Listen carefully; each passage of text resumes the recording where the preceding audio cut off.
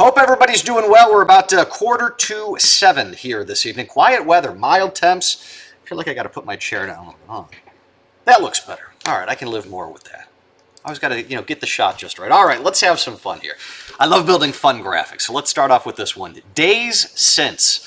It has been 19 days since Rochester last saw 1 inch of snow in a single day. It was the day after Christmas. Now, 19 days in a vacuum might not seem like that big of a deal, but the majority of those 19 days have happened in the month of January. That is not a month that you would expect to see a streak like that in Rochester, New York.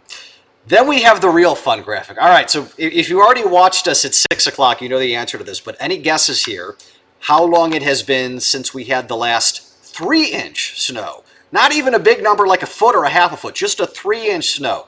You ready for this one? It has been 314 days. The last, and even that one was barely a 3-inch snow. That is just, that blows me away. Absolutely remarkable. And here we are still waiting. Small chance that some of you could perhaps see 3 inches of snow before the weekend is done. Hint, hint, as to where this forecast is going to go. All right, satellite and radar this evening. Both of these are quiet. We've got a lot of cloud cover, but very little else. This is our next developing storm system. This is an upper level low, and you can very clearly see the circulation and the spiral, and really just how big and sprawling this thing is as it wraps itself up. We've got blizzard warnings in effect. All of those counties that you see in that red color, these are blizzard warnings. All of this mess, and you see some new ones getting re-highlighted here, those are high wind warnings. A lot of folks don't even realize for blizzard warnings, you don't even need it to be actively snowing to constitute as a blizzard. All you need are reduced visibilities and a certain caliber of wind speed. So if you just have a bunch of snow already on the ground, you could have a blizzard warning even if the skies are sunny. I'm not saying that that's what's happening in this particular instance, but fun fact with that regard. Headlines across the state of New York. Well, we had a few of them that were issued here. National Weather Service office has hoisted some winter storm watches across portions of the Tug Hill. I think that is fair, and it's not impossible that some additional headlines might need to be expanded to some of those surrounding counties. They might just be advisories, but I'll show you why on how this is going to play out. So what we've done with this map here, you see all of those dark black lines. I've got those there on purpose. We're going to highlight what's going on here from a meteorology standpoint, basically. We call these isobars.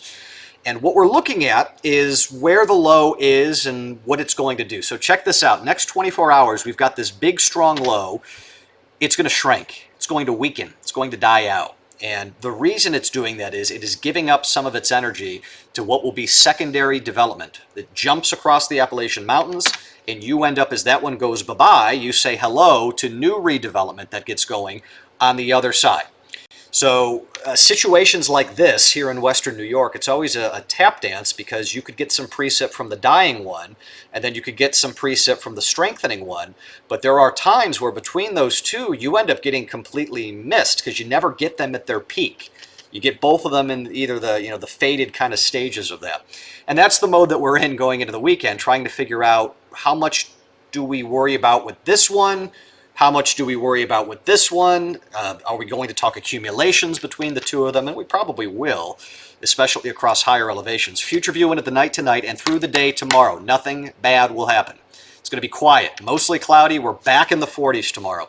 Precip should hold off until well after dark. We're thinking mainly into Friday night, especially closer to midnight. Chances are this will start in Rochester as primarily rain. Our question then comes into, do we get enough what we call dynamic cooling? It's a fancy term that basically when you cause the air to rise enough, you can kind of manufacture your own cold air. It cools that column a little bit, and you can turn rain into snow. That probably happens.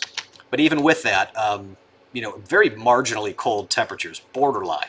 So I could envision, we have a period of wet snow that falls into Saturday morning, but more difficult to assess.